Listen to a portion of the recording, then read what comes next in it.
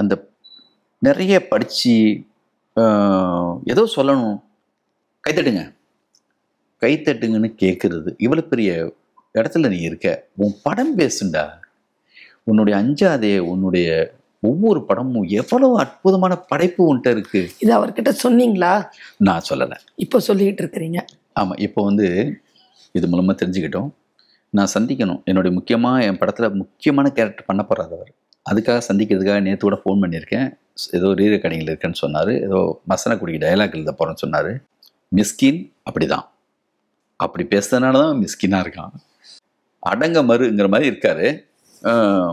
படங்கள் தான் ஒரு மிக நல்லா பாடுறாரு, நல்ல ஷார்ட் எடுக்கிறான், நல்ல டயட் பண்ணுறாரு. எவ்வளோ பெரிய ஃபாலோ அப் அவருக்கு இருக்குது. எங்கே போனால் நான் திருவண்ணாமலையெல்லாம் ஒரு ஏதோ விழா விசேஷத்துக்கு போனேன்னா யார் யார் சமயத்தில் பிடிக்குன்னு கேட்டால், சார் மிஸ்கின் சார்.